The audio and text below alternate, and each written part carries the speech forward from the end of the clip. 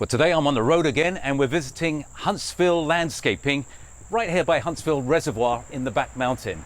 And believe it or not, they're celebrating 100 years being in business. Hello, Ralph. Great to see you again. How are you? Nice to see you. How are things? Very good. Good. And how about this weather? It's yeah, it's gorgeous. fantastic, isn't it? Look at the sunshine. Beautiful. And wow, I didn't see, the last time I was here, this wasn't here. So That's tell us what it correct. is. Well, this is a wildflower border that was seeded in early June, and this is the great effect that it gives this area. It has some annuals in it to color it up, and many different perennials, so it'll last now till the frost, and then we'll cut it down and it'll seed itself. Very, very easy to do. All right, so perennial garden, you pulled all the perennials up, you moved them elsewhere, and then you tilled the soil, did you? We did not till the soil because it was very, very clean. In my opinion, weeds are a problem with seeding wildflowers. So the soil was very clean, and we left it that way. And I think that's the most important thing about seeding. Absolutely, yeah. The weeds can be a real problem. You grow as you know, weeds want to grow better than anything else in your yard. So where do you get the seed from? That's the important thing. I got it from American Meadows, which I think is a great company. They're a relatively new company, but they provide tremendous support for your wildflower seeding, and they have many, many different blends. Their customer service is superb, and you can find them on the internet at American Meadows. American Meadows, absolutely. There's a couple of good ones out there. Prairie Nursery. They will select the seed for the Northeast, Pennsylvania. They will select the soil Northeast, type. Yes. Yep. Of course, Ralph, the elephant in the room is the wonderful hydrangea, the panicled hydrangea. What variety is it?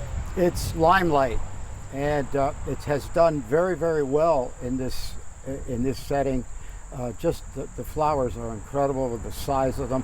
We do cut them back to keep them compact in the fall of the year. You've got quite a busy road here, so it does a lovely screening job. Absolutely. Yeah. Well, Ralph, this is a great little idea, a little project that's so simple to do. So Yes, tell us about it. Well, this is stock fencing that we got at a local tractor supply, and made it into an arbor. And we had cucumbers growing on it for the summer, and now we've got some autumnalis growing on here, which is very colorful, and we're going to let that grow. We'll cut it back and let it grow, and I think we're going to try intermingling the cucumbers or another climbing vegetable next year. Yeah, brilliant. And we've got some pressure treated wood, and it's very, very simple to put together. Fantastic. Well, here's a nice little corner we found. I've seen that you're using a lot of sedum. Yes, this is Sedum Autumn Joy. A very easy plant to grow, and gives you a burst of beautiful fall color in the garden with the perennial. That's just wonderful. It's kind of a pinky red color now. It will go a stronger burgundy color yes, as we get exactly into right. the cooler months. Exactly right. Really nice. So tell us about the business is 100 years old, yeah? You're correct. not 100 years old. So Well, I look pretty good for 100, right? no.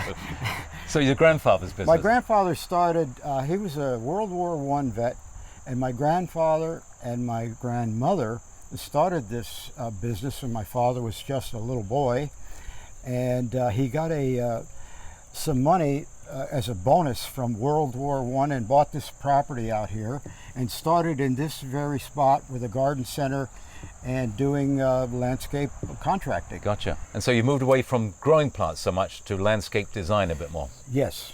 That's my grandfather did it, and my father was very active in it, and now we focus specifically on landscape design built. Excellent. Well, here's a little combination I really do like. So first of all, Ralph, tell us about the grass. This is penstemon grass, and it's got a beautiful flower head that comes out in the fall, and adds a little bit of color and texture to this time of year. And yep, you're absolutely right. It's a Pennisetum Hamlin. It's a little late coming up, so if you want the color in the early spring, these grasses really aren't the job. They just look like little tufts of grass.